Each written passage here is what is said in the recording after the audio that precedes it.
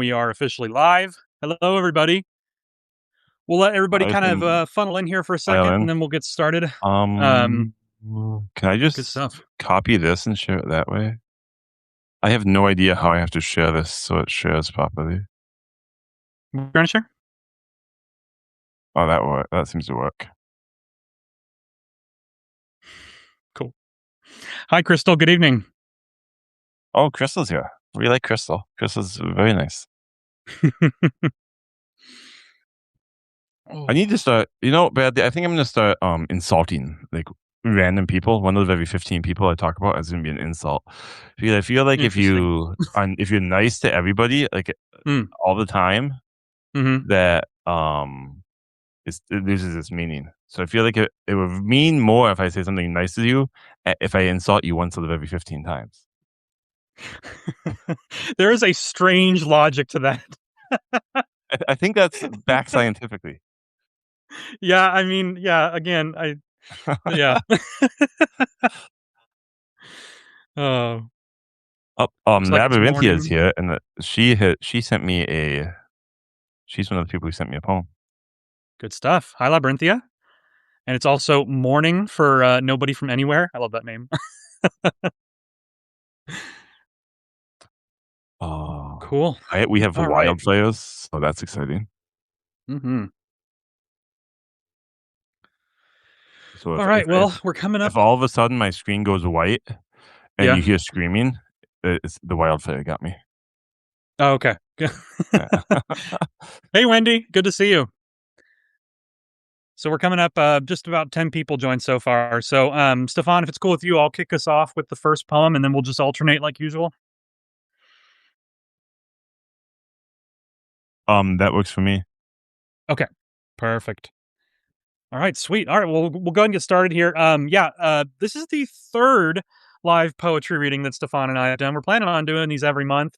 And something to keep an eye out for if this is your first time here is both Stefan and I, usually a couple of weeks ahead of time, we'll put out some sort of note or a subscriber chat thread in my case, where you can submit links to poems that we'll read on the live streams here. It's how we get the poems that we're reading each time. Um, and I myself, I just read them in the order that they were submitted. And I do keep the leftovers. Like, for example, I have some links from last time if we're able to get to them, but we'll see. But it's always super fun. So thank you, everyone who's here already. And we'll get started here. Stefan and I basically just trade off reading them out loud, and then we spend a few minutes talking about it. And obviously, we want to hear from you in the chat as well. If you have any thoughts on any of the pieces here, it's always really fun, really good stuff. So I'm excited to get started. And half the time the So chat has better ideas than we do. yeah, it's true. Yep. All right. So, yeah, like I said, readings in the order they were submitted to me. The first one that I've got here is a poem called "After the Bombs Dropped" by Mina Howell. And I think it might have been the last live poetry reading we did, but we read a poem that was inspired by Baldur's Gate from Nova Heart, was the author. This piece here, the reason why I bring that up is because this "After the Bombs Dropped" is inspired by Fallout 4. Apparently, Mina has been playing in. So if you're a fan of the Fallout series, you might catch some interesting references here. But let me go and read "After the Bombs Dropped" by Mina Howell.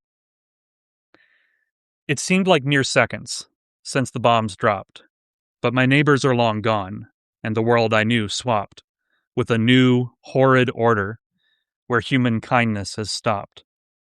I have one mission: to find what's been taken while I was helpless and asleep. But now I've awakened. Every step brings new challenges as I traverse the God-forsaken. But the further I travel, the more people expect. They want me to save them, no matter the side effect. But who can I truly trust? Who is merely a suspect? 200 years later, humanity has rotted from within, everyone expecting help from me, but my own mission is a sin. Now that I think about it, isn't that how it's always been? Well, I've decided no more. I no longer want to fall in line, even if humanity remains fractured, leaving countless lives to decline. The rad storms show me all that matters is saving my bloodline. What can one person do when their life is held in stasis? With the extinction of give and take, and heaven is a radiationless oasis. They look at me like I'm their messiah, but death and I are on a first name basis. Good stuff. And much like my post on Substack, Mina put a song pairing here at the end, and it's specifically "I Don't Want to Set the World on Fire," which is often the song you hear in like Fallout game trailers. So I like that. I like that touch there. But yeah, just to kind of kick off the discussion here, obviously, like I said, this is inspired by Fallout 4. And, Fallout 4, I have started it multiple times, but I've never finished the main story. That being said, I know that part of the main story is that your character was in one of the underground vaults when the bombs fell, and when they wake up, their wife and child are gone, if I'm not mistaken. So part of the story is trying to track down, what happened to them, basically. And so you see some of those, little nuggets of like Easter eggs in there with Mina's poem here. But the other thing that I really like about this is how it pulls from, and again, if you're a fan of Fallout, this will be very recognizable, but it kind of pulls from this concept that, like, the post apocalyptic world is obviously like destroyed and like really different, but it really just kind of brings out the true colors of humanity in the sense that, like, these things were just better hidden before the world ended. You know what I mean? Like that, there's that line that's like, humanity is rotted from within. I feel like, again, with Fallout, it's like a commentary on how this was always kind of human nature, but now that the world has ended, everybody gets kind of, an excuse to, show their true colors, if you will. But I'm rambling. I just love Fallout.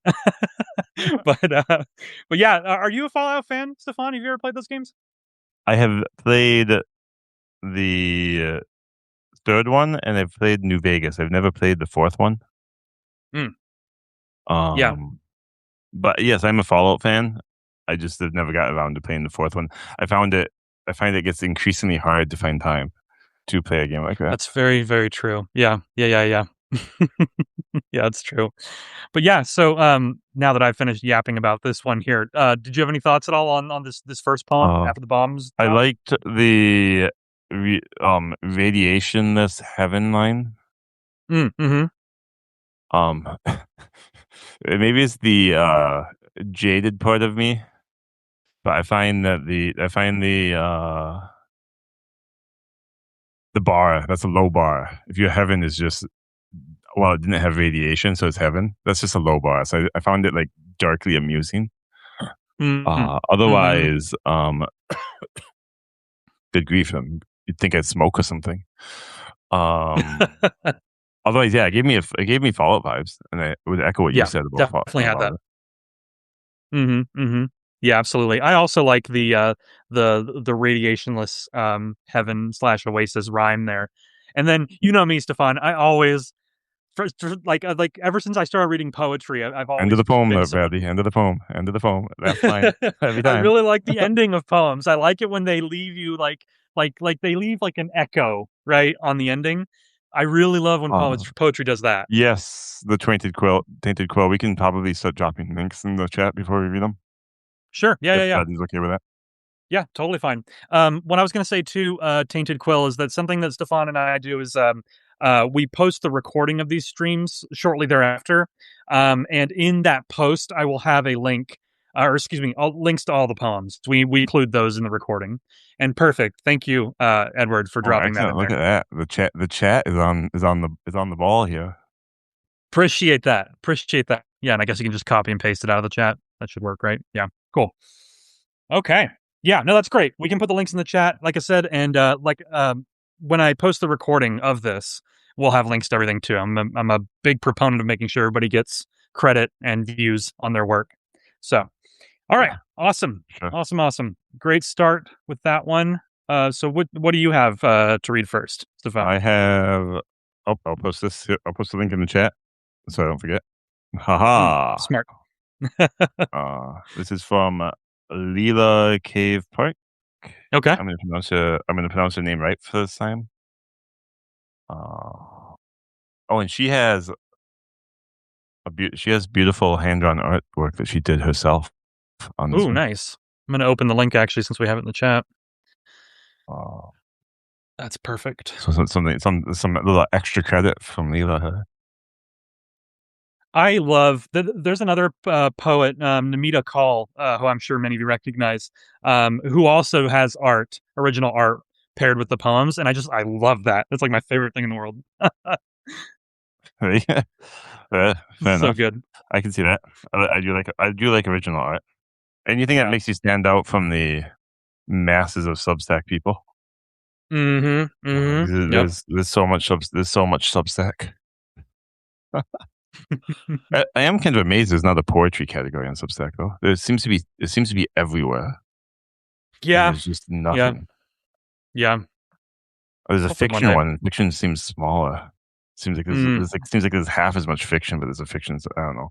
Okay, should I read? I should probably do my job and stop You're talking about fine. your. We're not in any I'll rush. do my job one of these days. Okay. The title is "It Has Brought Me Down There with Her." Hmm. Orange low crescent moon at the horizon. Something warm and new pressing through. Wants to be free. Unpeel, pull hard on at each stitch. Because most days I can't breathe. All I need is that one moment. Lay back to follow the flight path of birds, the clouds that spread apart.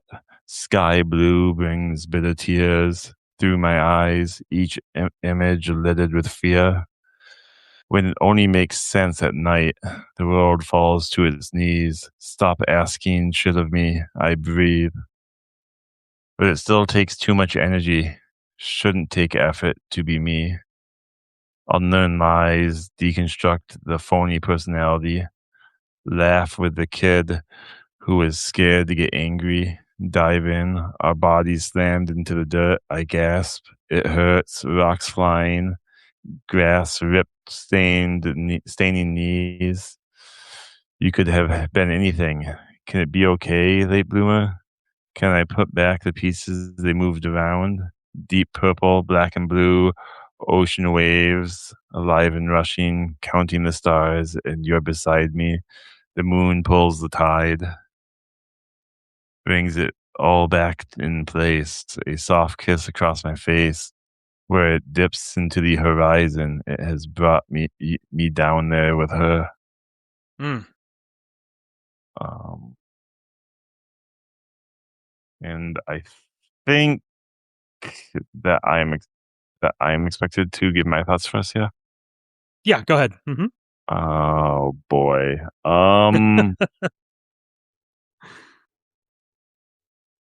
Give me a second to.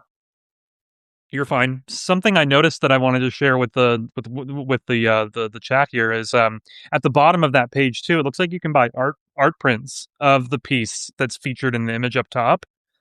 So that's pretty cool. Yeah, So yeah. There's some so photos down there. oops, sorry. No, you're fine. Um, I was finished. I just thought that was cool. there's a f- so there's it starts with that feeling of not being able to breathe in Mm-hmm. the first, like, I don't know, the opening verse or two, which I Mm-hmm. thought was kind of cool in that how it was described as almost like a restrictive garment, like a straitjacket that you unpeel, Mm-hmm. I can see that. Yeah, yeah, yeah. which I thought was kind of cool. Mm-hmm. The celestial imagery between like the orange crescent moon versus the deep purple and black of night. Mm-hmm. Um, I think by framing the night as the only time the world falls to its knees and stops making demands, you kind of frame darkness as a sanctuary, Mm-hmm. which Yep. I thought was kind of interesting.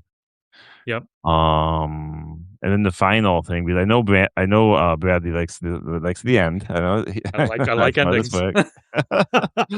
um, to move from like the the chaos of anxiety at the Mm-hmm. beginning, to the soft kiss across my face, I believe. Mm-hmm. Yep. It's and that could be, and I think this is what this entire poem is about. I think this poem is about a path towards self acceptance. Mm-hmm. And I think that's the kiss across the face is the person going from the anxiety of not being comfortable with themselves to accepting themselves. Yeah. Yeah. Yeah. Okay. That's all I got on that one. No, yeah, definitely. I think that that analysis is spot on. Yeah, I definitely resonated with this one, and a lot of the kind of the emotions and sort of like the kind of narrative through line that you described about starting out being with like you can't breathe and how like peace comes with the night. You know, for me that really resonates with me because I all am someone who I feel like I'm definitely a night owl, and I feel like it's true. The world is not peaceful, at least not for me. Like until like late at night, when things are quiet, the world is asleep, as it were. So I definitely resonated with that. I really like how it's some time like in the third stanza bringing forward that imagery of like the twilight hours as like the sun is setting.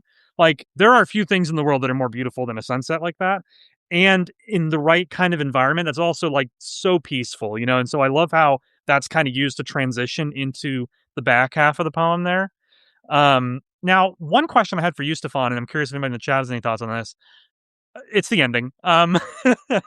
So it says so it says at the end, it has brought me down there with her. And right before that, it says, where it dips into the horizon. So when it says her, I assume it's talking about like the sun, right? But I was wondering if there's like any, you know, is there any kind of like deeper, like I was almost thinking like, is there like some sort of parallel to like Greek mythology or something? Like obviously the sun is like Helios in Greek mythology, but the name escapes me. But I know there's like a Greek god of like sleep, for example. So I'm just wondering if you thought there was any deeper symbolism there with that ending when it refers to her, or if that's just talking about the sun. Okay. I think it's a reference to the kid who got scared, who is Mm. too scared to get angry. I think it's an inner child reference. Okay, so it's referencing themselves, right? Yeah, Different version of I themselves. think that's what's going on there. I could be wrong. I don't know of any like what's the Greek goddess with the winged shoes? Oh man, I don't know of any Greek symbolism there. Hmm, hmm. I mean, you could. I guess you could Yeah, do I it just because it was. like a muse, like a specific person that like holds a place for you, Hmm. like somebody like almost like a I don't want to say a parental figure, but somebody Yeah, who is there for you and at the end of your journey. yeah. Edward says Hypnos, Greek god of sleep. Yeah, yeah. I was just wondering. I don't know why I was pulling that out of there, but I think Stefan, I think you're spot on. I think it was intended to be like you said, like the inner child, that like is hiding kind of in the night where it's safe. I think that's the intention because as soon as you said that, it kind of clicked with me. So that was good. Yeah, no, fantastic work though. I really really like this one. I love the art too. So I I'm do like really a big that. That fan. was really cool.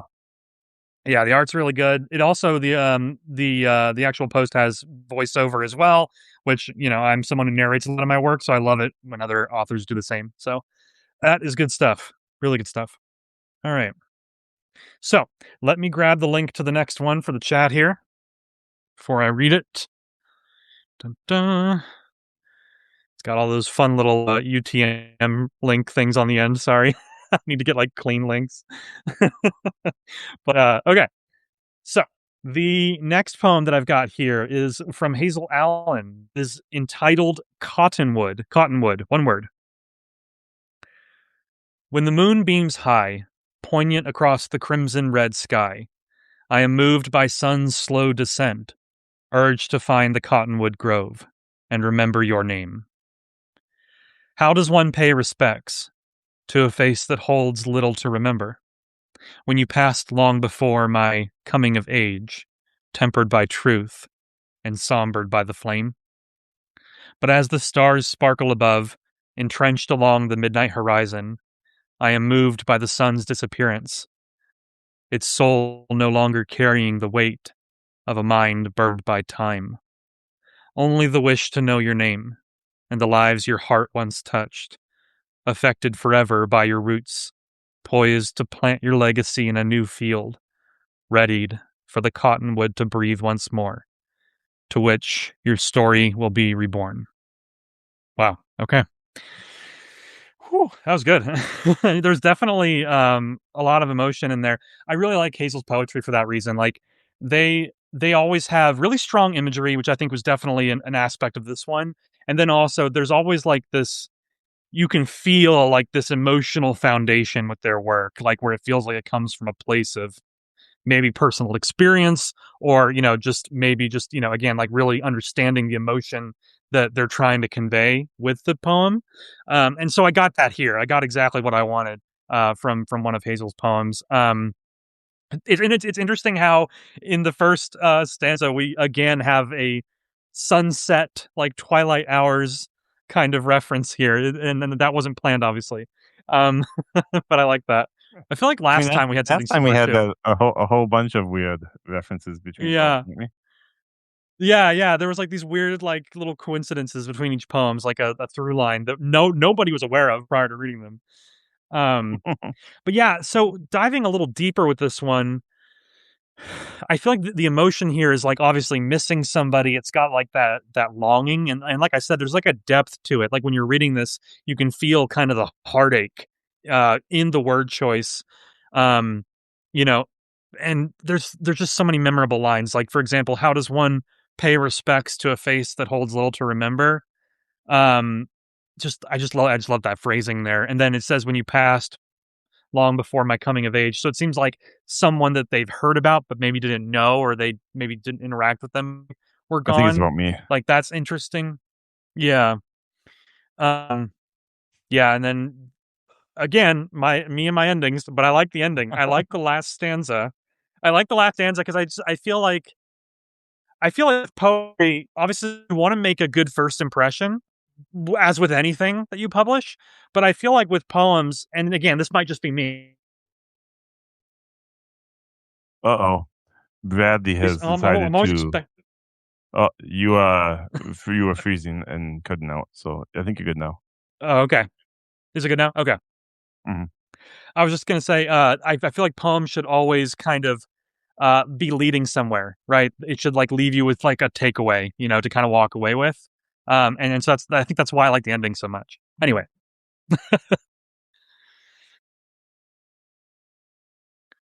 Hmm. But I like the use of the sun's slow descent, Mm-hmm. in disappearance, like how the sun progresses like that, because it links the sunset, to the end of life, Mm-hmm.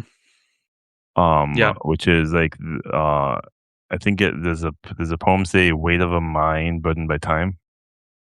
I think that's in It that poem. does say that at one point. Yeah. Yeah, I think that is Yeah. it frames like death is a this is super morbid. Isn't that like framing death as like a lighter, almost preferred state?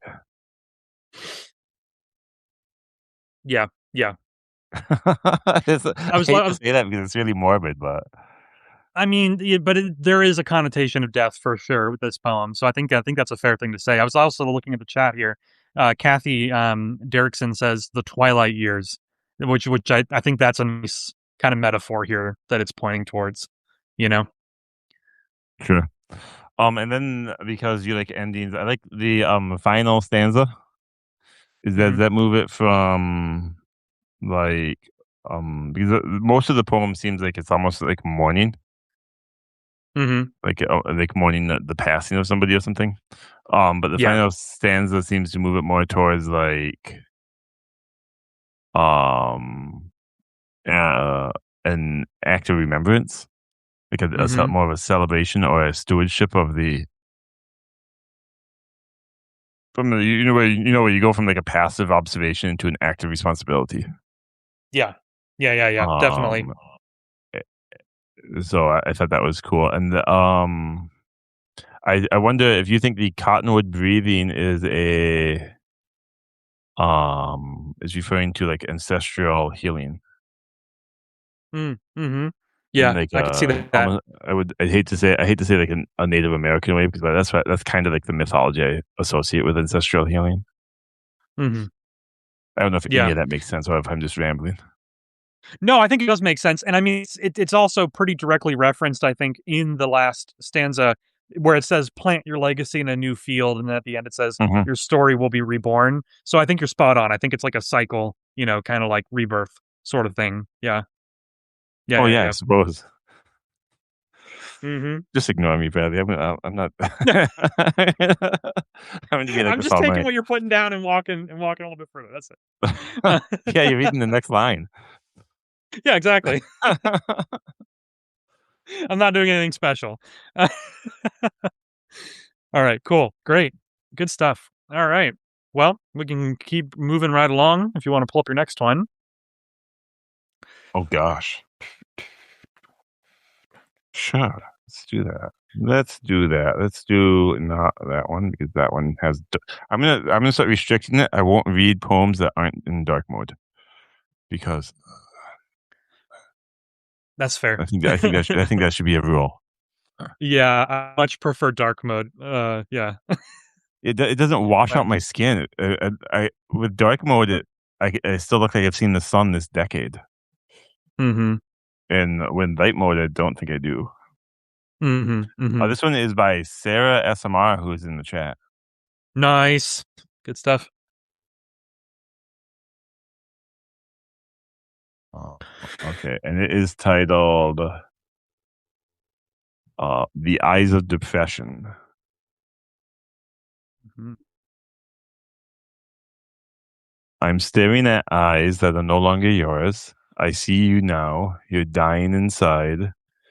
You like to consume my thoughts, bury me in cruelty, and make me think I'm wrong. Am I wrong if you hurt me and they call me insane? I'm draining in this ridiculous idea of pressure. Am I the only one applying it? Punch me, wake me, pinch me, shake me. Am I awake yet, or are you just strangling me? I'm staring at your face, and all I can see is wrong. I believe in you. Maybe that's the problem here. You're not living yourself. You're a criminal, a thief. You stole my happiness. You stole who I was. You stole the little one, the one who promised to stay above water. Most criminals pull the people above water several times before they pass. When will you pull me up? On the last second? The one before my eyes go dark and my breathing stops? And the one that gives me 7 seconds to realize what life meant to me? Is this your way of slowly taking everything good in me and turning it black? Maybe even blue? At least let it be my favorite color, my favorite something, because I'm still staring at eyes that are no longer yours, because those are mine, and I don't have to look in the mirror and see you. I am better than that. I can live without you. So I'll pull myself out of the water. And no matter how bad I want revenge, that's not who I am. So you can kick rocks, depression, or should I say, kick water and keep swimming until you can't. Why? Because even you need help. You need your own path. Find who you are. Don't use people to do so. Because at the end of the day, you were never mine. You were never anyone's. You are your own enemy at times, just like I'm my own. Mm. I got Wow. like Okay. I got like two things. Okay. Um Mhm. that are completely unrelated and probably uh a little silly. The very first three, 6 lines or so, where it says, "You consume my thoughts, bury me in cruelty, make me think I'm wrong, call me insane." That Mhm. reminds me of gaslighting, Mhm. Yeah, which is strange. And definitely. then there was a moment later on where it says, is this your way of slowly taking everything good in me and turning it black?" For some reason, that reminded me of "Paint It Black," the song. But we which is not overall, I think this is about somebody who is reclaiming this feels like oh boy. This does this feel like somebody is reclaiming themselves from being verbally abused? I could It see it being feels like it. interpreted that way. Yeah. Yeah, the stolen from, the held under, the gaslit, Yeah. and outside of my weird song reference, that's what it seems like. Uh, um, and I think there's a point where it's framed as. So I got the poem on this side of me. Mhm.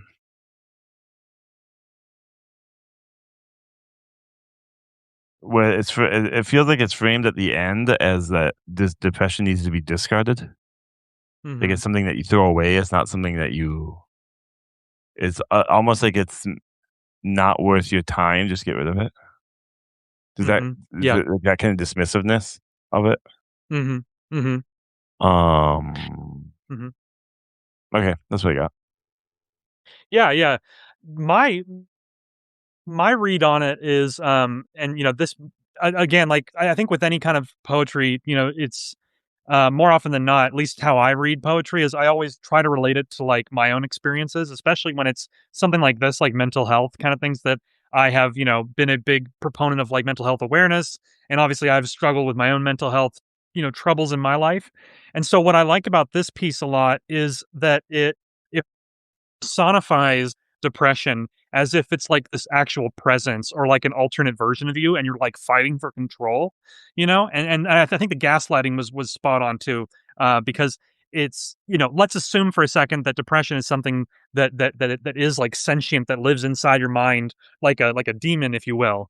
And in this case it would use all kinds of stuff to manipulate you, like gaslighting and whatnot. And so that's really interesting. Just, kind of like creating that personification of depression.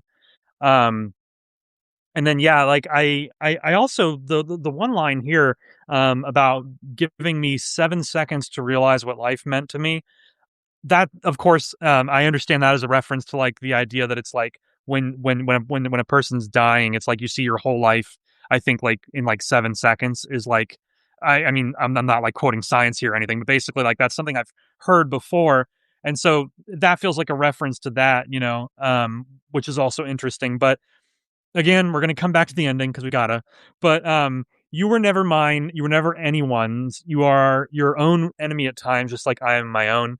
I like how that's a reference to the phrase that we are all our own worst enemy, and this idea that like even if depression isn't this physical thing that you can attack, because it's not, and that's like the struggle with mental health in general, is that it's not something you can see.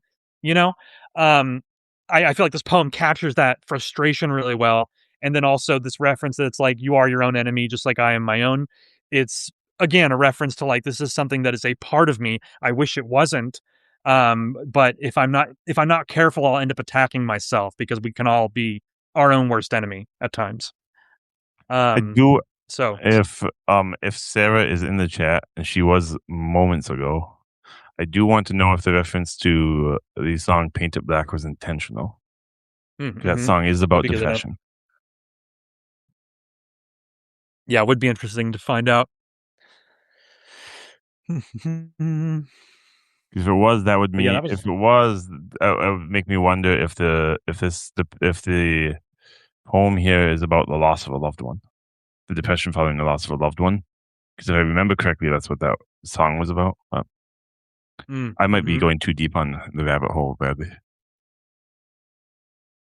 I could see it being that though. So yeah, it'll be interesting if Sarah's in the chat still to find out straight from the author. But in the meantime, I'll go ahead and pull up the next one here. Um all right. Also, I just wanted to Do say you real want quick, to? I saw Hazel joined right after we read their poem. So sorry about that, but we Oh, did read unfortunate. Cottonwood. We really liked it.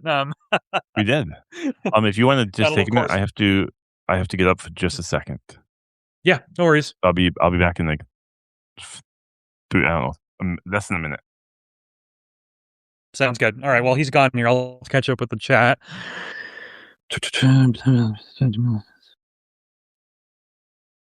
So I just wanted to read this comment here from Crystal. It says, I've been having a little bit of a different take on mental health instead of calling it the invisible disease. I've been saying we do see it when the mask is off. We see it in poor sleep. We see it in our colleagues who just can't get motivated and we call them lazy. We see it in people's cry for help. And I just think we need to pay more attention because we do see it. Hmm. Yeah, that's a really good call out, and it's why I really like, and this is something I do with my own writing, not only poetry but also just my own writing in general. Is like I like to explore themes of mental health awareness and trauma and how it kind of follows people. And obviously, I do a lot of horror writing, for example, so trauma makes sense to have in horror because it's a scary thing.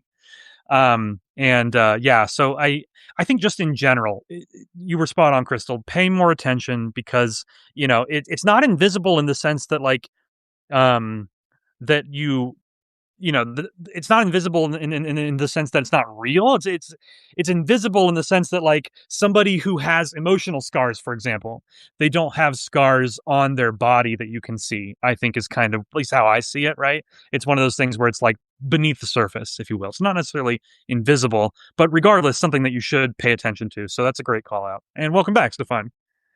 Oh, thank you. The more, I was just reading Crystal's comment in the chat here. All right, cool. Sarah just commented as well. Let's take a look at what she said before I read the next one. So she says, "You guys are always spot on with it all.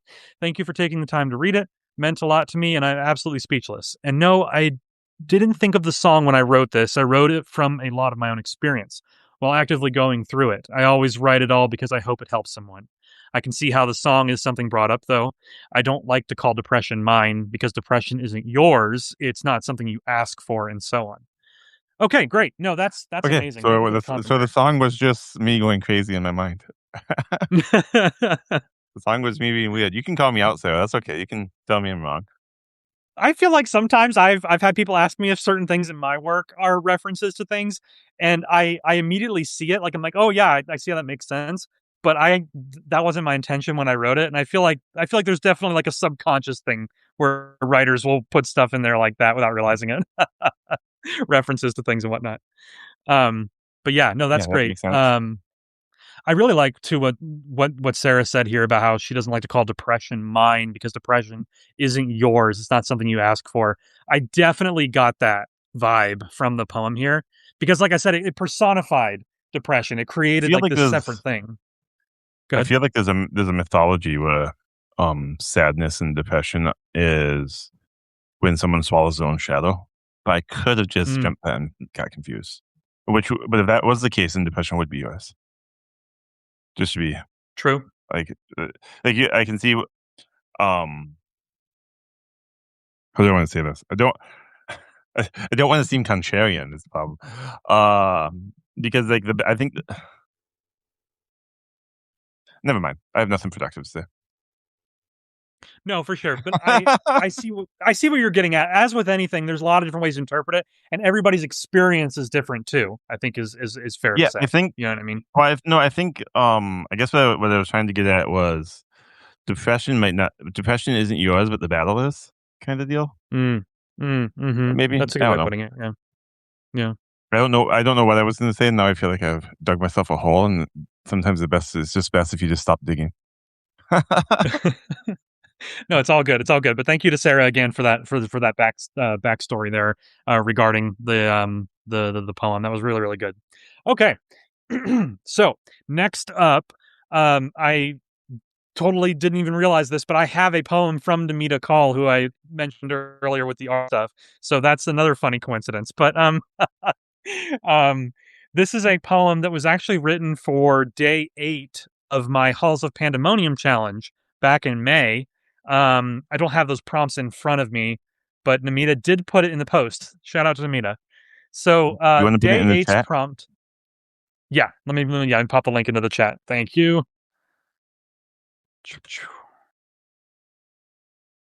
Crystal says she lost sound. You can still hear me though, right, Stefan? Is anybody else having Yeah, I sound can issues? still hear you. She needs to refresh. If she I was lost going to say, sound. you might want to refresh the page. I just wanted to make sure it wasn't everybody that lost audio. Yeah, Substack Okay. is, and that's all the chat lost audio because I'm not in the chat, obviously. Mm-hmm.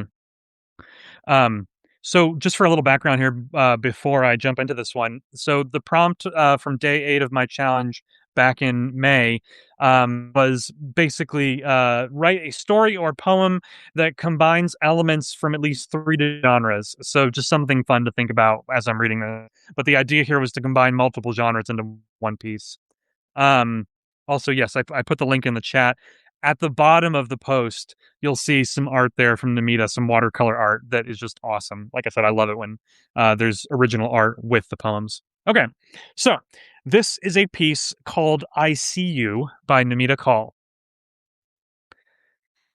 Dear Sia, there were two crows perched on the parapet of my balcony today, drinking water from earthen pots. They visit daily and call at us if we forget or delay in cleaning their drinking pots and fill them afresh with water.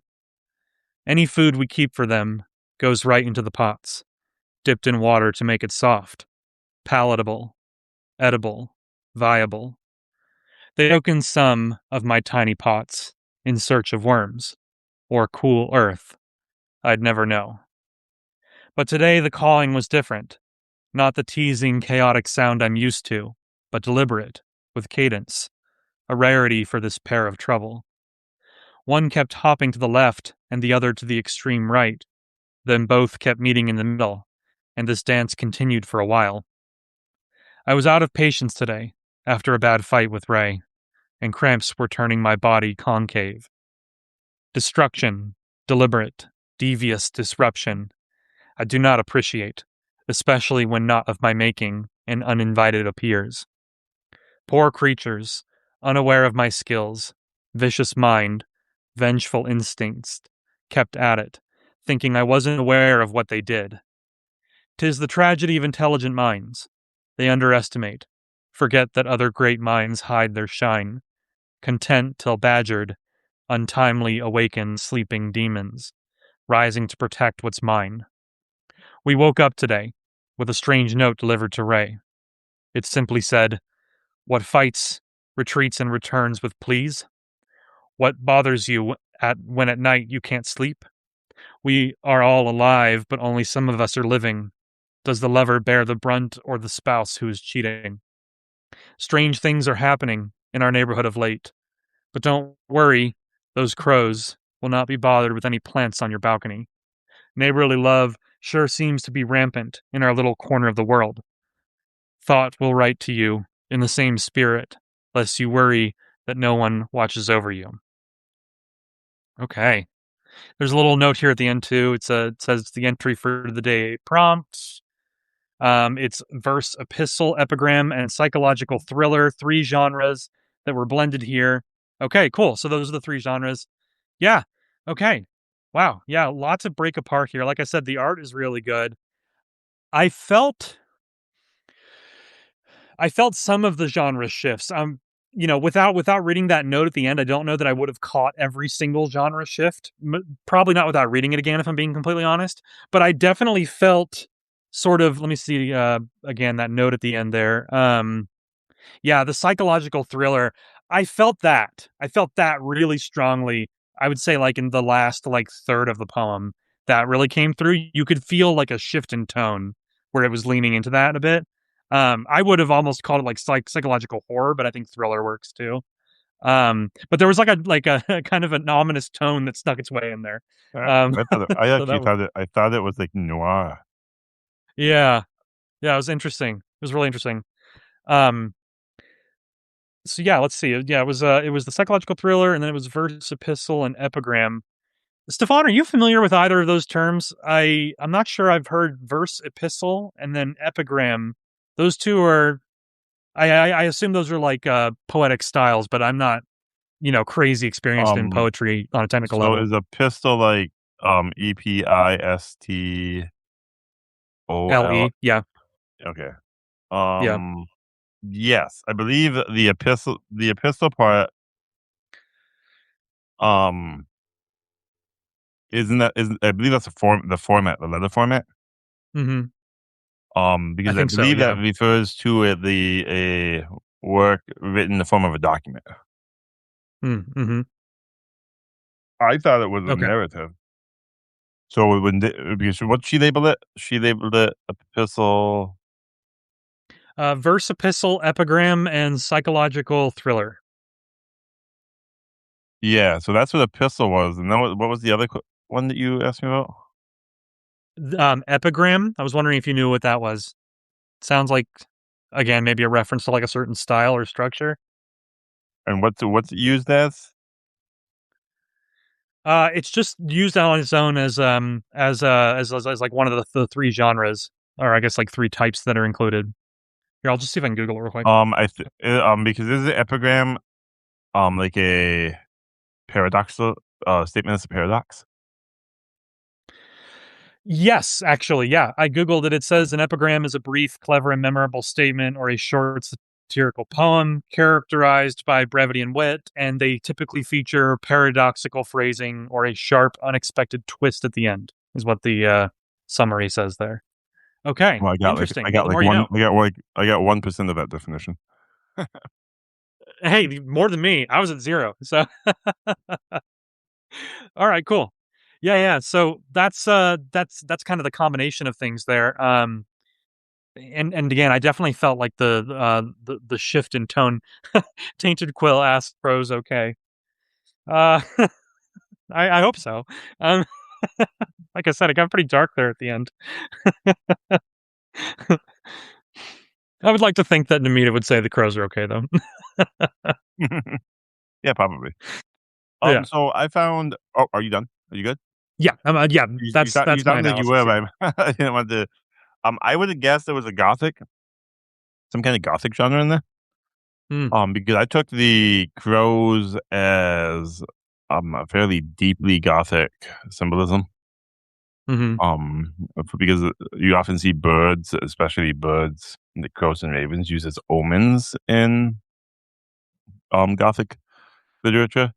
And here they seem to function as a reflection of the narrator's internal state.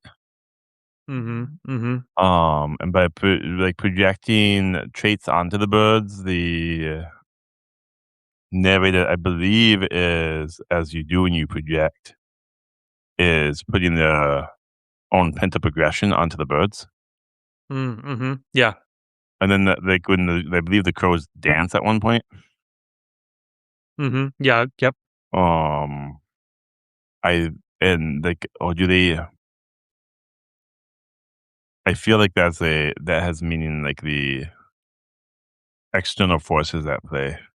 Mm, And how and like is this violation of like a safe space hmm or what is thought to be a safe space? hmm So I actually thought the poem was deeply gothic, and I was completely wrong. I see where you were pulling that from, though. Yeah. No, yeah, I definitely can see where that the interpretation comes from. Yeah, that was interesting. I've read at this point several of Namita's poems because she typically submits them for like shout outs on my podcast and stuff each week. So this one was definitely unique though in the sense that like it was, an interesting combination of formats and genres here. This was cool. I liked it. All right. Okay. All right, your turn, my friend.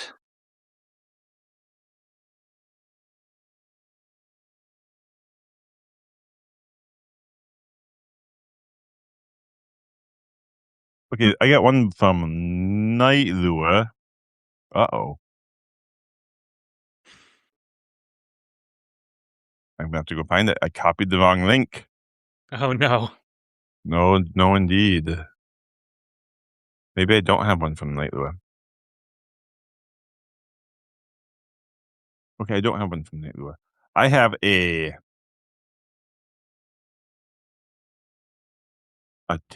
terrible. I have a Labyrinthia poem, and this is a. She labels this as, and I'll put the thing in the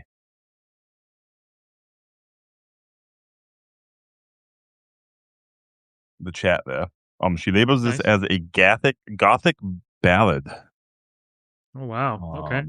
Um, of or an original Appalachian murder ballad. Oh, wow. All right. Color me intrigued. All right.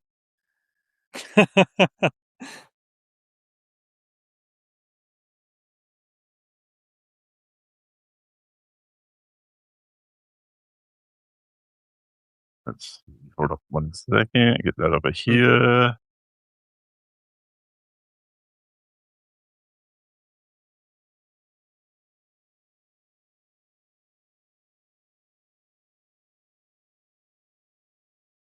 Okay.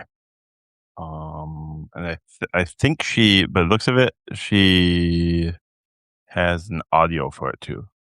Mm-hmm.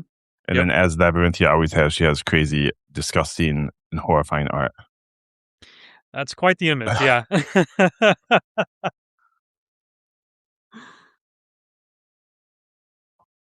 Okay. It's gonna be a little weird, but we're gonna read a ballad. Come gather round and hear the tale of Sanguine Sally Fair. She wandered barefoot through the hills, with blood rot in her hair. Her locks were long and a crimson flame. Her skin was soft and pale. Her eyes shone bright cornflower blue, and her virtue was not for sale. And then one day the lad came round and saw sweet Sally praying. He smiled as though he found true love, though he'd never thought of staying. He promised her she'd be his wife, his love forevermore. He said his heart belonged to her, and then that boy she did adore. Oh love, oh sleep, my love, your heart is mine. It's beating soft and slow. I'll keep you close, I'll keep you safe, I'll never let you go. Oh sleep, my love, your heart is true. I'm yours and you are mine. You'll have my sweet fidelity until the end of time. Come gather round and hear the tale of Sanguine Sally Fair. She wandered barefoot through the hills with blood rot in her hair. He courted her on through the spring and promised her a life. 4 kids, a coonhound, and a house. She'd be his loyal wife. But while she stitched and hemmed with care the dress she'd marry in, he found a girl with raven hair and parents rich as sin. So he did jilt sweet Sally Fair. His heart was left in tatters. Her heart was left in tatters, and yet she was devoted still, for love ignored such matters. Oh, sleep, my love, your heart is mine. It's beating soft and slow. I'll keep you close, I'll keep you safe, I'll never let you go. Oh, sleep, my love, your heart is true. I'm yours and you are mine. You'll have my sweet fidelity until the end of time. Come gather round and hear the tale of Sanguine Sally Fair. She wandered barefoot through the hills with bloodroot in her hair. She called upon her love one night, afore he'd take his bride. She tempted him with kisses sweet. He followed her outside. Sweet Sally raised her carving knife and plunged it in his chest until his breath at last fell still and his face was at rest. She cut his heart out of his chest as it was hers alone, and she kept it close, she kept it safe. She bore it swiftly home. Oh, sweet my love, your heart is mine. It's beating soft and slow. I'll kill you close, I'll keep you safe. Oh, I'll keep you close, I'll keep you safe. I'll never let you go. Oh, sweet my love, your heart is true. I'm yours and you are mine. You'll have my sweet fidelity until the end of time. Come gather round and hear the tale of Sanguine Sally Fair. She wandered barefoot through the hills with bloodroot in her hair. Sweet Sally found a gilded cage in which to keep her love. She sat there in her wedded white, a pure and trusting dove. She got a coonhound and a house, and felt that was enough. She had his heart beside her still, which got her through when times were rough. They found her there in wedding lace, her coonhound at her feet, a gilded cage beside her bed. His faithful heart still beat. Oh, sleep, my love, Your heart is mine. It's beating soft and slow. I'll keep you close. I'll keep you safe. I'll never let you go. Oh, sleep, my love. Your heart is true. I'm yours and you are mine.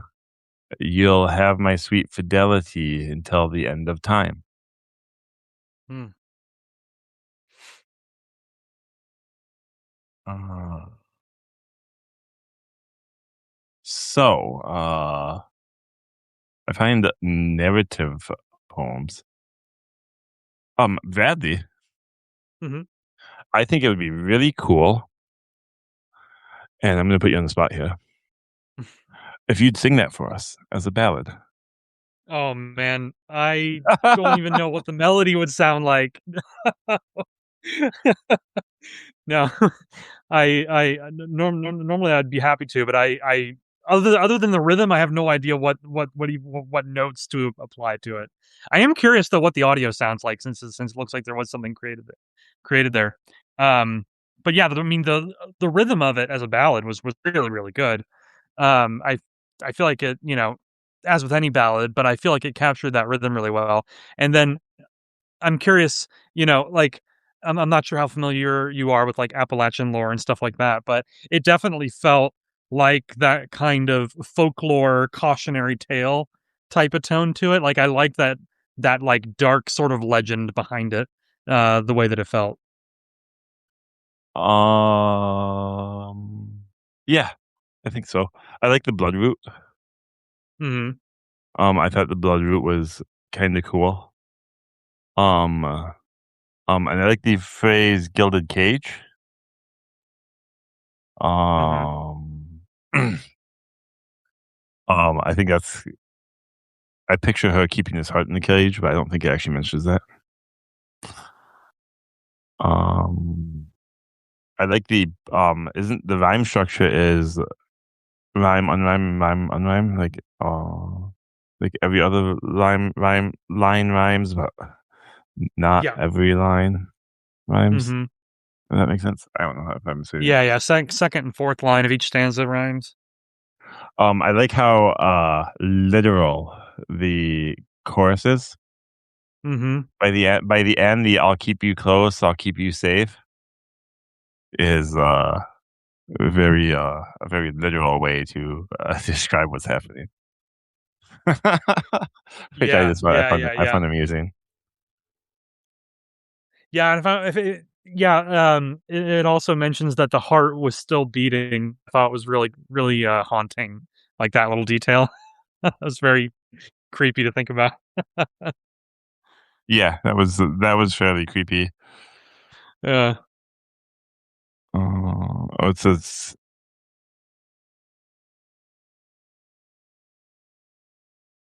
but if I would do something like, how would it go? Come gather round and hear the tale. If I was gonna put it to music, just because Mhm, you had mentioned that. What is it? You don't mhm. know what you, but that's just what I would do. Yeah. Yeah, that was good, though, it was really good. I don't think I've ever written a ballad. I assume you've probably written some, yeah? Yeah, I like writing ballads is fun.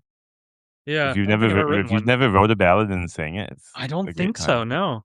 Yeah, and It's something I one of need to my do. favorite things to do on Substack now. Yeah. Oh, the audio is a song? Okay. Mhm.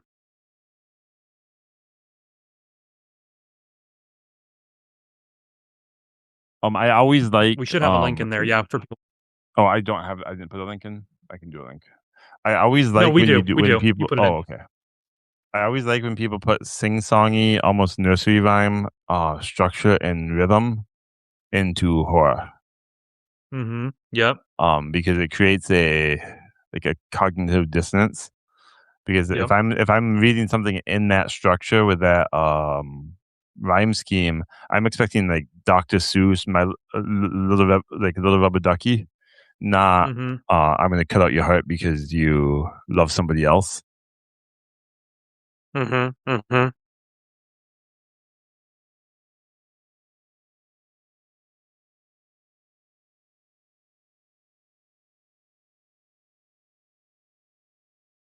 Are you deep in thought, or disappointed in my analysis of this Yeah. poem. It's good. No, I liked it. This was really good. I'll have to go back and listen to the audio at some point. All right. Labyrinthia, did you sing the audio? Is that your voice on the audio? I didn't listen to it. I would be very curious to know if you were the one who sang that audio.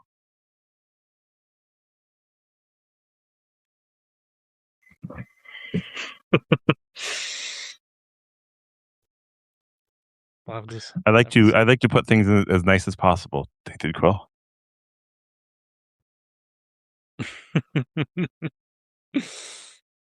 All right. Yeah. While we're waiting on there we go. Okay, so Labyrinth says no, I didn't. It's done with an Appalachian voice. Very nice. Okay, cool. All right. Good stuff. Okay, so next one that I've got here. This one, funny enough, I didn't plan this, by the way, but this one is also from my May writing challenge. This was for day 17's prompt, which asked for a story or poem about trauma manifesting physically on a character's body. So again, kind of calling back to what I was saying earlier about like mental health and type of stuff. This was like, okay, what if you do like a body horror story where something like trauma actually shows up on your body in some way, shape, or form? So yeah, that was day 17's prompt from my Halls of Pandemonium challenge. This particular poem is by Coral Evermore, and it's called Floral Revenant. Let me go ahead and toss the link in the chat for everybody. But yeah, Coral does really good work, so I'm excited to read this one. All right, so this is Floral Revenant by Coral Evermore. There is some audio here. I believe, if I'm not mistaken, Coral typically includes some music for you to listen to while you're reading. It's kind of like a atmosphere kind of thing. So I don't think it's narration per se. It's more just like something to listen to while you're reading. But let me go and start this one here. Again, this is Floral Revenant is the title. A sharp edge against the inside of my throat, a knife begging to open me whole, to shred me apart from the inside, to covet my skin as their own. The bitterness of blood seeps into every corner of my mouth, rolling over the tip of my tongue. It stains my white teeth, dark with crimson and so wet, a growling appetite whetted by its own threat. Another cut, another gash, another, and yet another still, forever still, until it is nothing but ash. A violent need to purge emerges. I must retch my own wretchedness, subdue what is brewing deep inside my veins, my viscera, but my voice, it cannot speak. It is nothing but a whine, a pathetic rasp, a sad grasp to heal what has already turned to gore. Thorny vines undulate from within, crawling to curl around my lips, cutting daggers into the supple, the soft, the pink, and the delicate. My flesh is now plagued with slashes. I cannot breathe. Petals spew forth, causing me to choke on its soft, velvety touch. Vomiting velvet flowers, I stare down at all that has been lost. A withered mess with nothing left. Bruised purple, flesh pink, pearl white, blood red. All I see is the blood red, until I am sure I must be dead. And yet this corpse refuses to die. It marches on like a floral revenant that has grown to be quite comfortable among the dread, so that even when the decayed flowers bloom from between my thighs, the slices it leaves behind no longer elicit my cries. Why bother, with all for naught, when it feels doomed to be fraught? My arm hovers like a lifeless thing being pulled by a string, and I watch outside myself as vines worm and crawl underneath my skin. I don't bother ripping my flesh open to tear them out, though I know that they are coiling my very innards as we speak, embracing me with their disgusting heat. I don't bother because I no longer belong to myself. At long last, that sad little desire to resist subsides. Rotting earth wraps its arms around my waist, pulling me back down to the ground. Looking up at the indigo sky, stars twinkle above to mock me with their distance. To be among them, to be floating, to be free, to bask in their radiant existence, is but a far-off dream not meant for me. Vermin make my body their own. Maggots make a home out of the small crevice of my ears. Flies buzz around my head, forming a chorus of laughter. Only a single tear manages to break free, to float towards that never-ending sky. And as I lie, and I lie, and I lie, that drop of dew upon my rosy cheeks shall act as my final form of speech. For hereafter, my only worth belongs to the earth. Wow. Wowzers. Okay. So yeah, that one that seemed to be it was kind of going in and out of poetry kind of structure and style. Like there was definitely some rhyme scheme in there. As well as, like it all felt like these interludes of prose, where like the formatting was a bit more like paragraphs. But I mean, all of it flowed beautifully. That was some pretty intense imagery too, which again, this prompt was meant to be kind of body horror. So I think it absolutely captured that. With some of those really intense lines about the vines and the thorns and stuff like that. Um, the term floral revenant, the way it fits into the piece here was really well done, and just in general, that's a like the way it's framed and described here is incredible. I really like that. Um, but yeah, oh man, like the color, the imagery, the word choice. I mean, that was intense. That was very intense. I liked it though. What did you think of that one?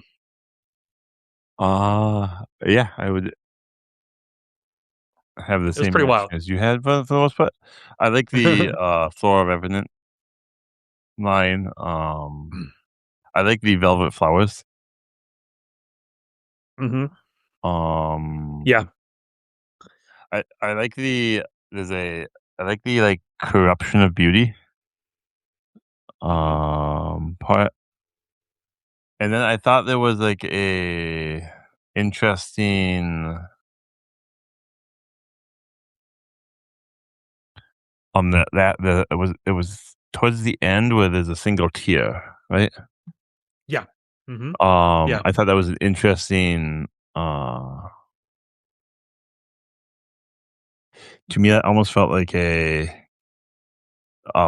form of defiance against like the inevitable rot and decay that was happening. Hmm. Yeah. Like it's really the only thing I can think of about the character there that is living or has a soul yet. Hmm. Yeah. I thought that imagery was cool. Yeah. Yeah. Yeah. Yeah. Yeah, Coral as an author has really a really distinct writing style. Like it's elegant and it's beautifully written, but man, is it like in this case, like I said, the body horror is just really like vivid and intense in a good way. Like really, really well done. The Man. Tainted Quill said I liked how there was a lot of decay and death, but on the other Mm, hand, it was also sort of mirrored with the idea of life and things growing from that. Bye, Kathy. thanks for coming, Kathy. Yeah, I agree with Tainted Quill. There's a really interesting contrast there between like some of the more, like I said, kind of body horror imagery, and then the stuff that's kind of like new life. It I love that. I love poetry. There's another author that I interviewed on my podcast a while back that did like dark poetry, like this. That it was very focused on like themes of like death and decay, but it saw those things through a lens of like how it's just part of a cycle of life and death, and how there's new life that comes out of it. And so I like that a lot. It's really really really good. That was a great one. Good stuff. Okay.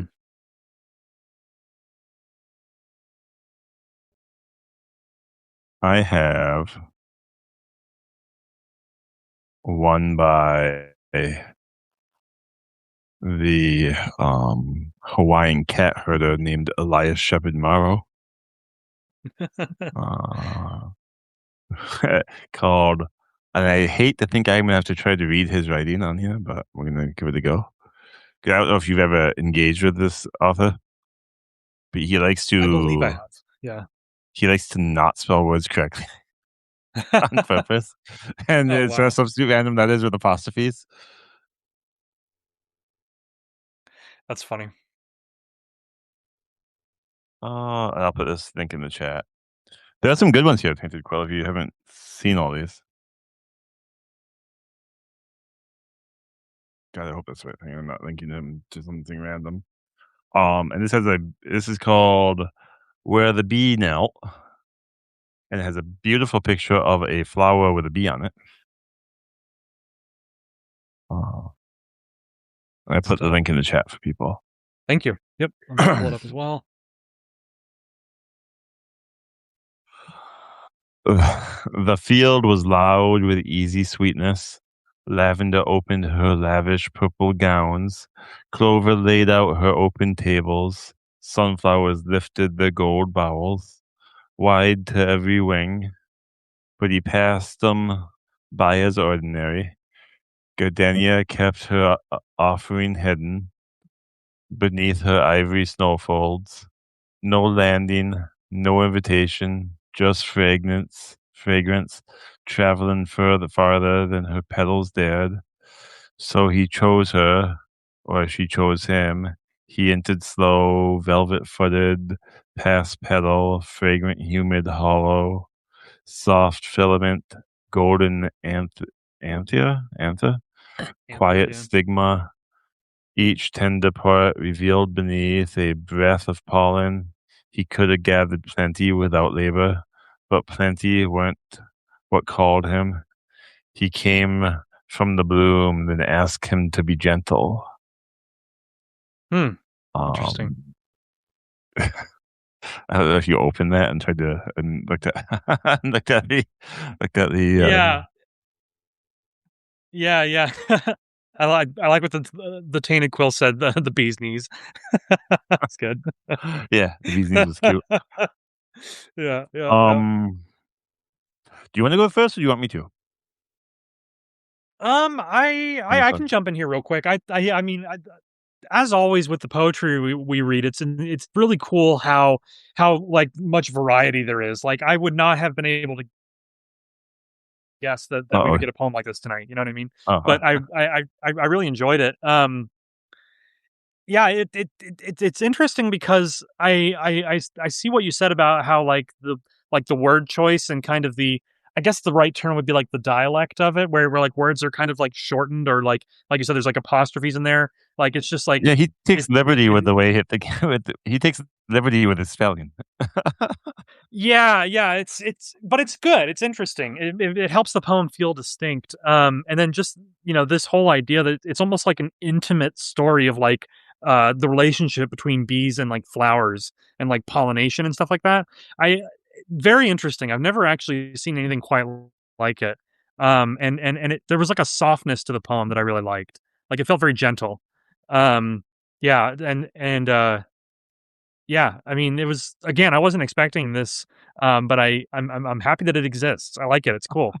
Um, but yeah, no, it's like you never know what you're gonna get with these, and I love that. Yeah.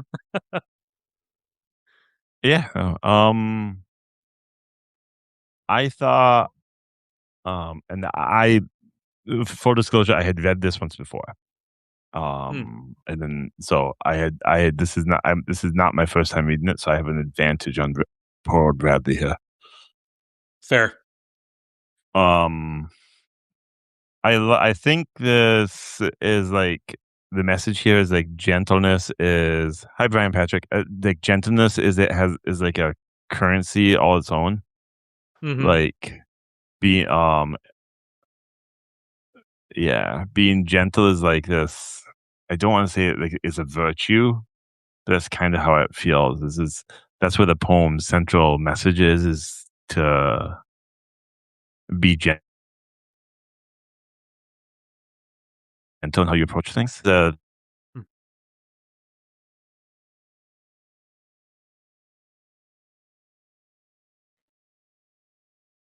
thing of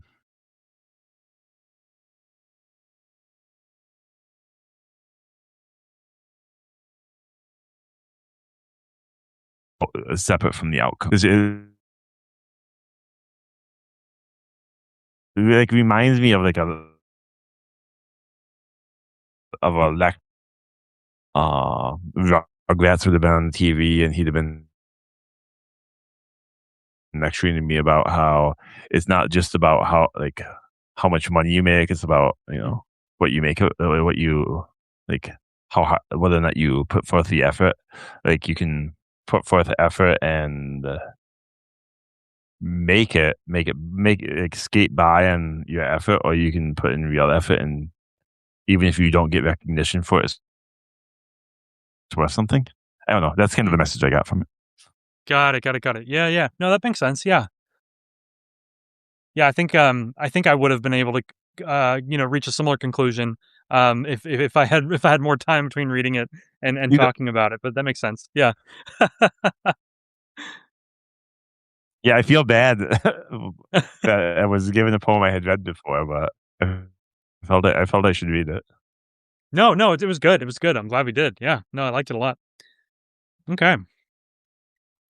I sense a subtle disappointment in your voice, Bradley. No, Is it no, all the I was trying right to follow tonight? So along. I sense subtle disappointment. No, no, I was along with what you're saying, and my connection was cutting in now, so I was trying to like catch up when you came back. It was Oh, just okay. one of those technical difficulties. No disappointment. If anything, I'm disappointed in the internet. What do you think of the I'm gonna put you on the spot here. What do you think of the description of flowers as being easy sweetness or open tables? The open tables thing makes sense because a flower, when it blooms, like the petals and stuff like that, I thought there's that was an nothing. interesting way to describe a flower. Yeah, I think it is interesting because it's like the flowers themselves are they're very literally open and vulnerable. Like, unless it's like a certain species of flower that's like, like like a carnivorous flower or something like that. It doesn't have any defense mechanisms, so it really is kind of like open and vulnerable. So I thought that was interesting.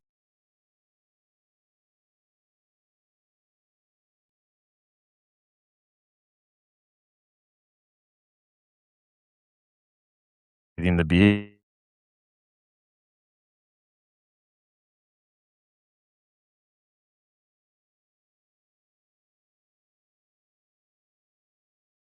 yeah, this and it will be great. Sorry, if you can hear me, I'm still having connection issues. Trying to figure it out here.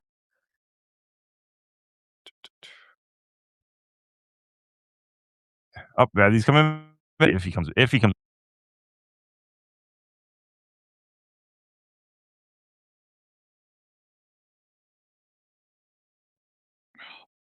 we'll give Bradley a minute. I think it might be back. I don't know if it's working or not. I don't actually know what to do. I would read another poem, but I don't have another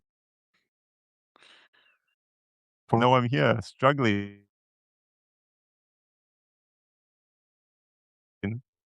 Is it possibly me? Yeah. You didn't, Tainted Clay, you didn't think the poem that we read was about flowers? Did you have a different theory of as to what it was about? I would love to hear a different theory if you had a different theory. Am I back at all, Stefan? Can you hear or see me? Any luck? I see myself. That's okay, Brian. If the if it's not like super long and you want to put one in the chat, uh, I'll read whatever you send me just while we wait for Bradley.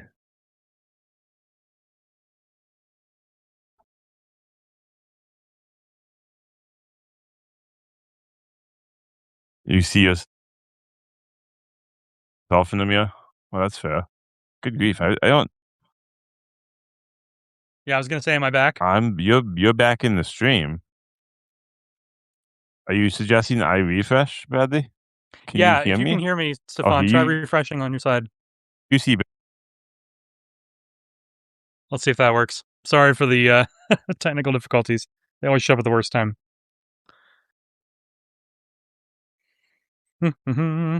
Yeah, everything's looking correct on my end here. Let's see. Send another one of these.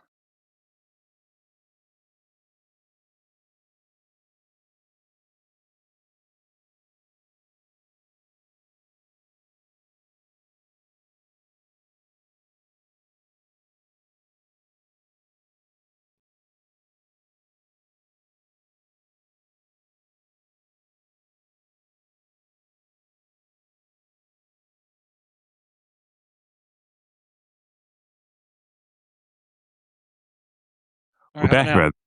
Are we back? You're back. Oh, yeah, I have so many Stefan join the live things on the side. I can't see the chat. Hmm. Yeah. I think Substack had a conniption. I believe it did. Yeah, that was definitely unique You got as me? far as Yeah, glitches go. yeah. um, we are at an hour and a half. Do we want to do one more? Do we want to Yeah, yeah. If the connection will hold up, let's go ahead and do Mr. one Bradley? more, and then we can wrap up with ours if it'll hold. Okay. Uh, still a little choppy on the end. I don't know. Yeah, yeah. Hmm.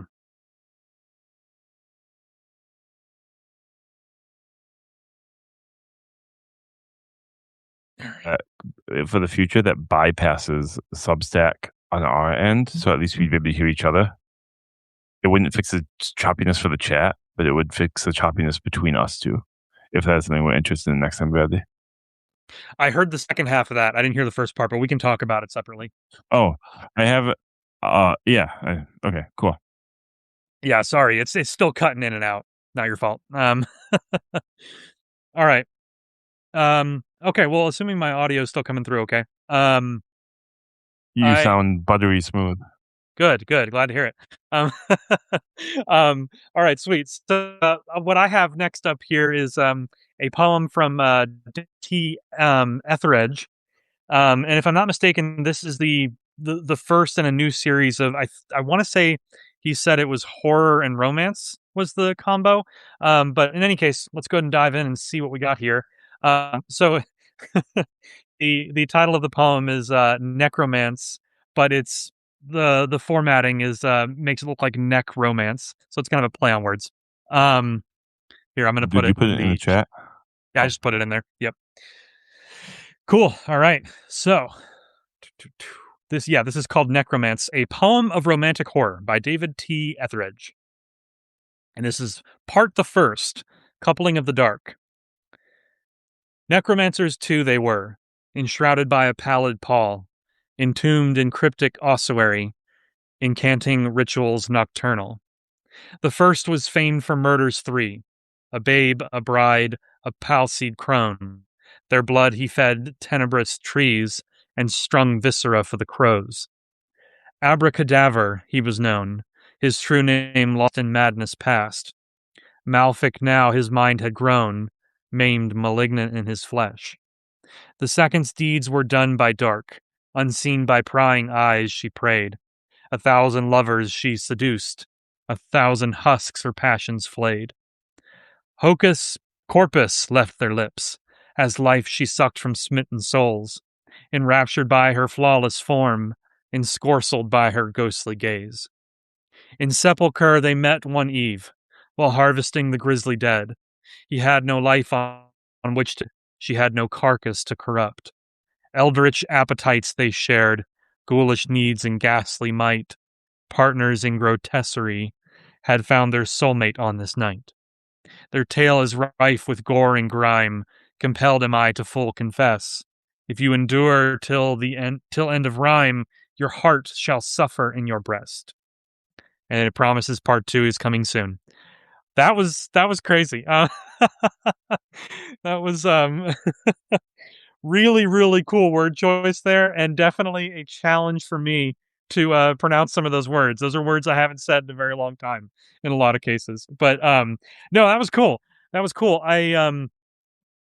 I really liked, again, the word choice was really good. There was some really kind of standout lines there. Not only because the words themselves were complex, but just the combination of complex wording alongside like the imagery, it paired really nicely. It had a very elegant kind of feel to it. It felt like elevated horror in that regard. Yeah, some really cool stuff here. And it's interesting. The horror is definitely the stronger of the two elements, but the romance came through as well. Obviously, um, it almost had. I don't want to say like Tim Burton because it wasn't like quite as it wasn't the same tone as Tim Burton, but it was like that combination of like horror with like a little bit of playfulness that I liked. It was cool. It was neat. And again, crazy word choice. That was really good. That was my favorite part. There were some wild, very not often used words in there. In Scorsold, I haven't heard, for example, or in Sorsold, I haven't heard that one in a long time. I don't think I've ever heard that one.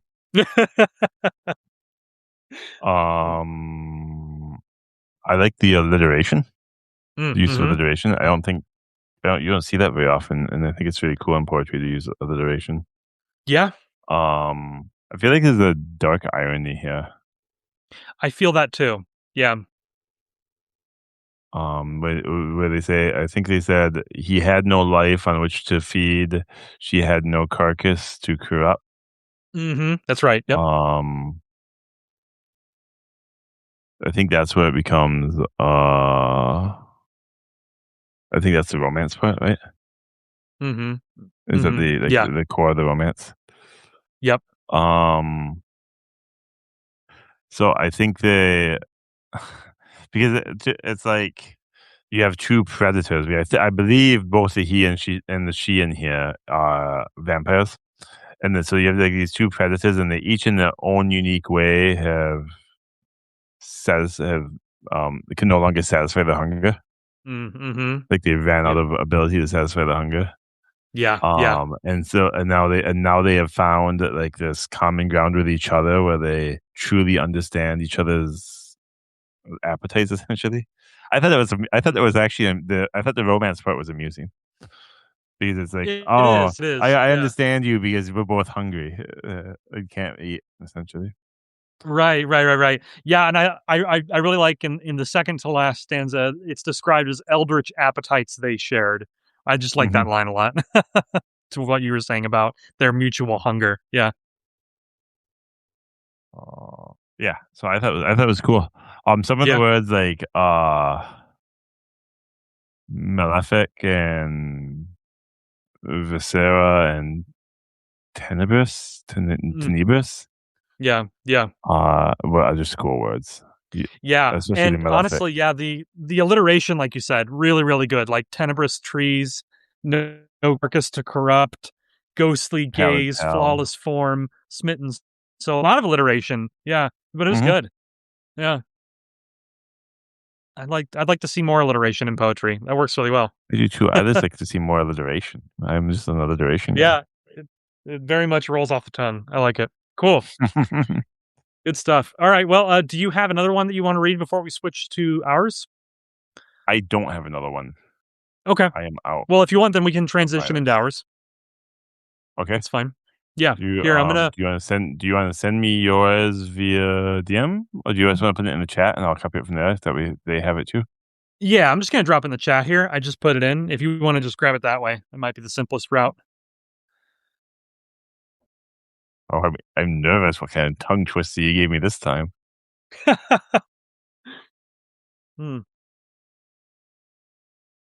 don't think it's too bad. I wasn't trying to throw a tongue twister your way. This next one I'm going to read is from this Bradley guy who, we don't want to talk about him. We reluctantly include his stuff in these. He always submits his piece the last second, and it's always of questionable quality. It is. It really is. Okay. Okay, cool. This one is titled Inferno's Reach, The Call to Burn. And it was a stream of consciousness poem for day 4 of something that I'm unfamiliar with, that I probably should be familiar with. People all the time tell me that you have prompts, and I never... Yeah. I get told all the time, you should do Bradley Ramsey's prompts, and I always forget. I can send them to you if you would like the reminder.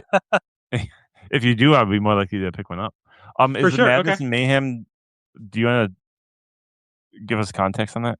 Sure. Yeah. So last year when I joined Substack, I did a writing challenge in May, and it was a play on words. It was Madness and Mayhem. This year, I ended up changing the name of the challenge to the Halls of Pandemonium. So that's where that new name came from. But basically, the concept with that May challenge, and it's something I'm going to do every May each year that I'm on Substack. But the idea is that in May, I want to do a challenge where the theme is just complete unpredictable prompts that jump between genres and types of writing. So you just never know what's going to come next. It's like chaos is the idea. So that's what that's from. Okay. So this is going to jump between genres, you telling me? Mm-hmm. Yeah. So this particular one was, yeah, it was for last year's challenge. I asked people to basically come up with 3 different beginnings of a story or poem, and then pick one of them to actually write. So it was like an exercise in brainstorming, followed by writing the actual thing. Okay, cool. And the title is, I forgot already, Inferno's Reach, the Call to Burn. Mm-hmm. A candle's flame danced, but not for joy. It reached desperately with every flicker, as if it were trying to escape. Its world has gone dark, now covered in ash. The ground is melting. It sinks ever deeper, still reaching for the stars. I have witnessed the life and subsequent death of so many flames. This one is different. Perhaps it has a name. Could it be that it once was a part of something bigger, burning on a celestial sphere? Did it taste stardust before joining me here? Are flames like this born, not from sparks and steel, wretched from eternity and forced to serve at the behest of man? Perhaps Prometheus knows whether flames possess life. Father of all fire, I ask, is it more than heat and light, called forth by a spark and strike? Are all flames your children, seeking a place to burn, longing to escape to a place unbothered by the whims of conquest and war? The candle did not ask for its wick to be lit. It was not eager to perish. The flame did not have a say in whether it exists, and yet it is here upon a battlefield of wax. They devour one another, their only legacy a smell that dissipates like dew. Tell me something, if you please. How far does Inferno reach? Do your fingertips grasp at strands of Titan's hair, scorching the face of Iapetus? I don't know that name. Or when the fire goes out, is the smoke of your soul traveling back to the cosmos, rejoining the Father of Embers until called to burn once more? The chat has no help for me. Okay. Well, I'm not going to ask you to do your own poem, a reflection on your own poem, not first, anyways, because that would spoil the fun. Yeah. Oh boy.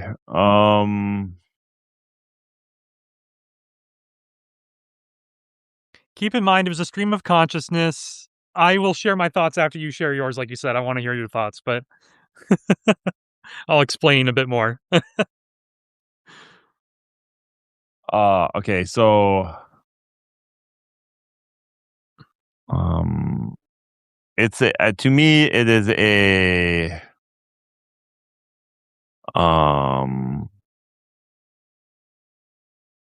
like a prisoner of circumstance poem, like a poem about a prisoner of circumstance, and that the flame is like a captive soul in need of liberation. Yeah. And I think there is some symbolism there that may have been intentional, and that was when they devour one another. You shift the symbol from a candle to a wider human experience where yeah, similar to how flames spread. Yeah. And I think you personify the flame quite a bit. I did. Yep. Which I think is why I took the flame as the manifestation of the representation of the celestial soul. Mm-hmm. Mm-hmm. Yep. Like in the Christian, but teaching it would be like the Holy Spirit manifestation. Sure. Yeah. Yeah. Yeah. Yeah. Yeah. Definitely. Yeah. And then was the smoke supposed to be like a symbolism for liberation of that soul? Yeah. Yeah. Yeah. Okay. Yeah, no, I think you identified a lot of the themes in there. What I was going to add to that, just for kind of fun, context here, is I remember I was in like a writing group the night that I wrote this. I was in like a writing group on Discord, and we were all doing a writing sprint, and we were in between writing sprints, and I remember one of the people on the call was Wild K Nebula, whose work is here on Substack as well. But I was talking to her and I was like, man, I'm trying to do this stream of consciousness thing, and like I don't know what to do. Like I'm not getting any ideas. I had like writer's block. And so she's like, find something around you and write about that. And I'm like, oh, okay. Like I thought that was interesting as like a prompt idea. So right as she said that, I looked over and saw that I had a candle burning over on the other side of the room. And I was just staring at that candle, and that's when I got the idea for this poem, and I just kind of started writing. And it's like you said, I was like thinking about, you know, the flame is like a metaphor for like the soul, and then obviously like, just kind of this weird stream of consciousness, like exploring, does fire, feel things, or does it remember where it burned before? Like a soul, does it have like multiple lifetimes? Is it a part of something greater? Like just very like philosophical kind of just again stream of consciousness. But it was really cool that that whole idea came from the fact that she just said, "Hey, pick something in the room and write about that." And like I said, the candle jumped out at me. So just a little bit of context there. But yeah, thanks. That was a good read. Oh, cool. Very cool. Yeah, I liked it. That was good. All right. So, do you have a link for me? I do. I'm going to spare you a Smeargle voice. I'm going to spare you a I owe you Smeargle one. voice. I owe you one at some point, though. I will do it. I will do it. All right. Let me grab this. Yeah, before we started, for the benefit of everybody watching here, I was telling Stefan, anybody who listens to my weekly writing podcast, Saved as Draft, knows that I always do like the comedy cold opens every week in that podcast, and so at this point, I have a whole cast of characters, all based on different voices that I do. So we were talking, Stefan and I were talking before the stream about me reading one of his poems at some point in my Gollum slash Schmeagle voice. But in any case, that's for later. We've got something different here. um, all right. So this piece from Stefan is called Isolation. It is a Gothic autism ballad. Interesting. Okay. The first in a series of Gothic ballads related to being autistic. And there's audio here. It says you sang it with piano accompaniment. Very interesting. Gotta check that out. All right. Here we go. The world demands a mask of light to hide the storm within. I build a house of stone and night beneath this aching skin. Oh, let the world spin, cold and blind. I drift within this quiet mind. They mock the mask, they fear the light, and I remain the shadow in the night. The shadows blur, the faces near, the gaze is sharp as glass. They call me creepy if I peer, and rude if I let pass. Oh, let the world spin, cold and blind. I drift within this quiet mind. They mock the mask, they fear the light, and I remain the shadow in the night. The sunlight is a blade of lead, the noise a heavy sea. They laugh to see the heart misled, a cage and I the plea. The walls begin to heave and groan, the pressure starts to climb, a frantic beat within the bone, a rhythm lost to time. The fragile boundaries snap and break, the hidden storm begins to wake. Oh, do not judge the silent mind, the storm you cannot see. I seek the peace I cannot find, locked in this house of me. Damn, that's good. I like that. That was awesome. That was really good. That's good. I'm happy that didn't disappoint. No, it definitely didn't. Again, I love the. I feel like ballads. Obviously, they're meant to be like with music and like singing, of course. But just reading a ballad out loud, I love, like, I find the rhythm of it very satisfying. Like, it's very easy to read and follow along, and it falls into its own rhythm that is just very satisfying to read out loud. I like it a lot, just in general. Yeah, I But found that with Vavi's ballad too. yeah, That's fun to read exactly. out loud. Yeah, no, but it was good. It was good.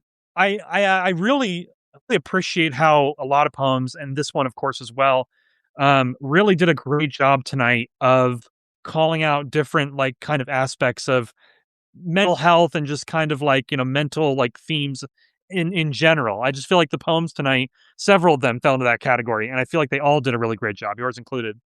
Um, yeah, I've always really liked too. This is something I've in my work as well. I like the idea of a mind being compared to like an ocean, or like an ocean in a storm or a sea. I don't know. I've always thought that that metaphor really, really works well. I feel like it describes a lot of like kind of mental turmoil in a way that makes a lot of sense visually. And so yeah, this was really good. I liked it a lot. Every time we read your stuff, I really enjoy it, which is why I like doing our stuff at the end here. I also I gotta do it. I gotta do it before we wrap up. I love the ending. The ending is great. I seek the peace I cannot find, locked in this house of me. Just that, God, it's a good ending. It's like House of Me. It's perfect. It's really, really good. It describes how, like, we as humans are kind of, whether we want to be or not, trapped within our own minds. And I love that you called that out at the end there. That was good. Yeah, I think you. I don't think it's a super deep thing. You know what I mean? Uh, it Yeah, was but pretty. it doesn't Well, have to be right on the deep. sleeve. Yeah. But yeah, the house of me. I like that line. Yeah. No, I really like that line. It's really Um, good. and Brian, I don't know what you mean by share. If you want to share your thoughts, you're welcome to do that. Uh, I think we're wrapping up. So if you want to share a poem, if you want to send me a poem, I'll make sure to include it next time. I believe we're wrapping up. Yeah, this is usually at the end of our streams here. We usually go about an hour and a half, and then we read some of our own stuff at the end here. But yeah, um,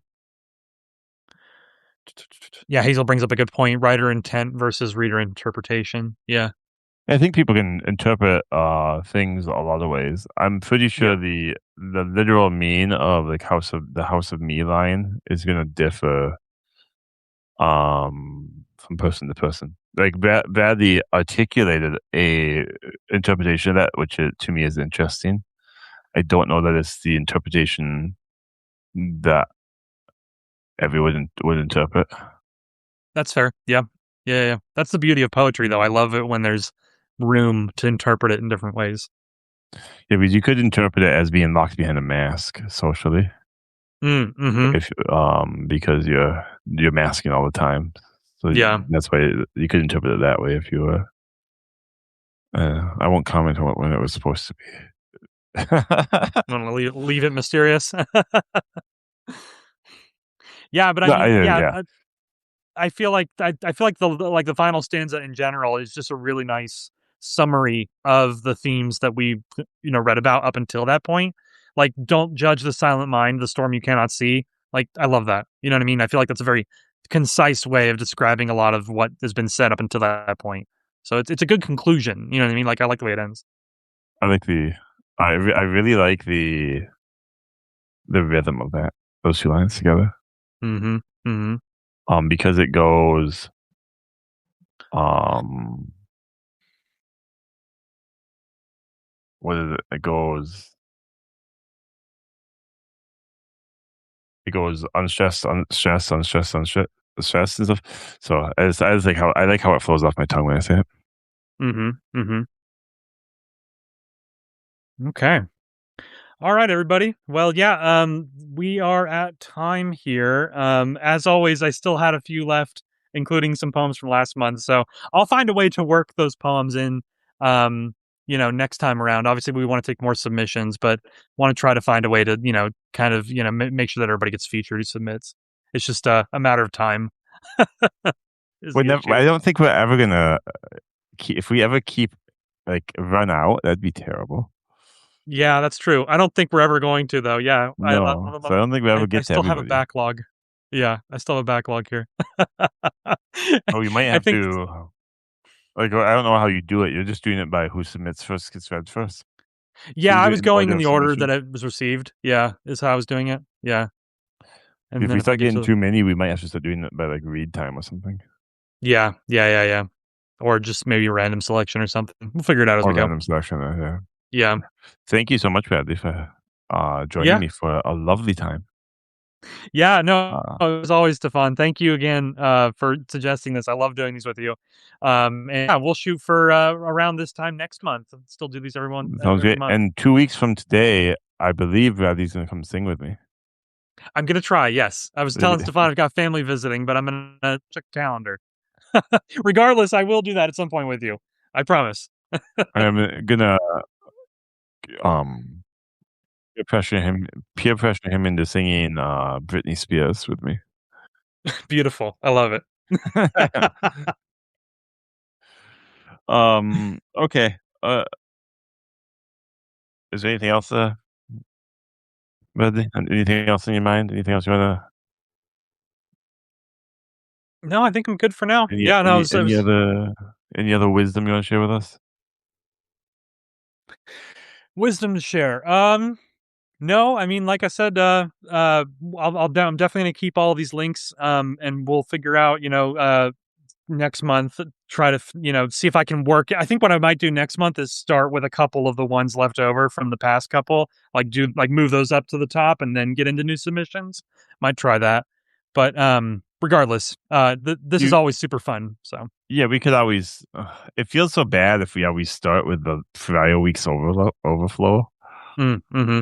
and then the people who submitted that week just get they're I gonna be think the it's ones in more the of like chat. I was thinking like alternate. So like start with like one from last time, but then the next one is a brand new one and kind of go back and forth like that. Maybe. I don't know. I'll think about it. Oh, Hazel has an idea. Yep.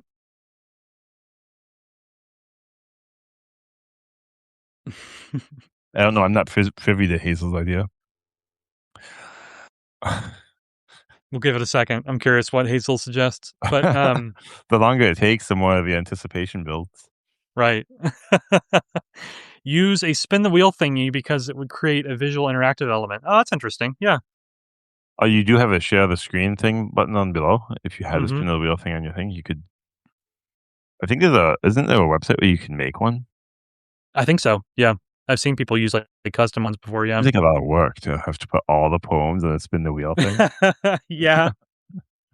The other idea is that we number all the poems and then put the numbers on a wheel and then, Oh, there like you have go. like That would a be yeah.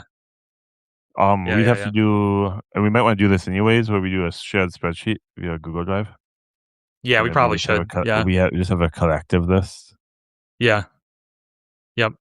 I think that's a good idea. You and I'll have to plan it out between now and the next one, but yeah, so for everybody that tuned in here, I will try to get the recording up tomorrow. If not tomorrow, definitely within the next couple of days. And we'll of course have links to everything that we read tonight included in that recording post as well. Do And you then have yeah, stay tuned. Yeah. do you have my links I was from grabbing when I them was out of the chat as you on were the chat? pasting Okay. them, so I think I have most of them. I'll let you know if I'm missing any. Okay. Yeah. Yeah, no, last time I just kinda ghosted you and giving them to you, and I felt kinda bad. I ended up using the transcript to find the names of the poems. Then I googled those and was able to track them Oh. down that way. Did Oh, some good. yeah, Yeah, I yeah. felt kinda bad because, like, 4 days later, you posted it, and I realized I never gave you the poem links. No, it's all good. I know how crazy things are. So all right. Well, yeah, another successful poetry reading. Thank you again. And everybody stay tuned. Beginning of August, first 2 weeks of August, somewhere in there, we'll start opening up for submissions again for August's live reading. But another fantastic selection tonight. This was Do great. we do we want to do a theme? Hmm. We could. Yeah. I Okay, don't have a theme off the top of my head, but we could think about it between now and then. okay. If I had kind of a, uh